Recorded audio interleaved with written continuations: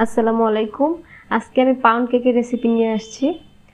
এই কেকটা আজকে খুবই মজা ছিল। আসলে আপনারা যদি না বানিয়ে খান তাহলে আসলে বুঝবেন না কেকটা এত মজা ছিল।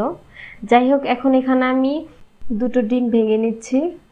আর ডিম দুটো যদি ফ্রিজে থাকে তাহলে 1 ঘন্টা বা 2 ঘন্টার মতো নর্মাল টেম্পারেচার রেখে তারপর ডিমটাকে দিতে হবে।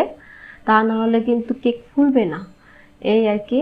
তো এখন আমি এর মধ্যে চিনি দিয়ে দিব 1/2 কাপ। এখন আমি এটাকে বিট করে নিব ভালোভাবে, যাতে চিনির যে দানা না থাকে।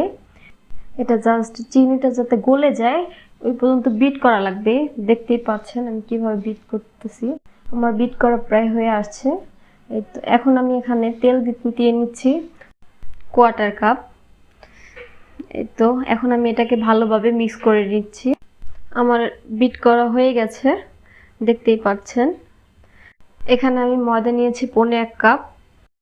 2 চামচ কর্নফ্লাওয়ার দিয়ে দিচ্ছি। আমি এই চামচটা দিয়ে দিচ্ছি, দেখিয়ে দিলাম আমি আপনাদের। এখানে আমি 1 চামচ গুঁড়া দুধ নিয়ে নিচ্ছি।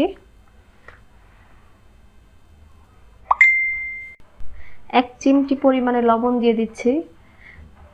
যদি কেউ লবণ খেতে না চান তাহলে এটা স্কিপ করে যেতে পারেন। এগুলো আমি চেলে নিয়ে এখন ডিমের ওই ফর্মিটাতে দিয়ে মিক্স করে নিব ভালোভাবে। আপনাদের বোঝার সুবিধার্থে আমি এটাকে স্কিপ করে নিই।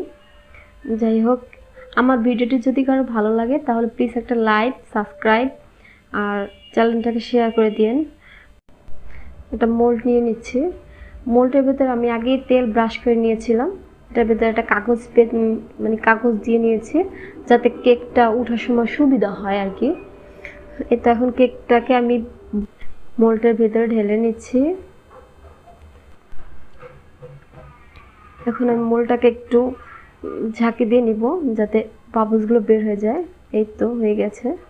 এখন আমি এখানে ওভেনে 180 ডিগ্রি সেলসিয়াসে 40 মিনিট বেক করতে দিব। যাই হোক, কেক তো বেক করা হয়ে গেছে। দেখেন আমার কেকটা কত সুন্দর হয়েছে। আমি কেকটা বেক করেছি বড় মোল্ডে। যাই হোক, আমার কেকটা হয়ে গেছে, দেখতে পাচ্ছেন কত সুন্দর হয়েছে আমার কেকটা। আমি এখন কেটে নিচ্ছি কেকটাকে।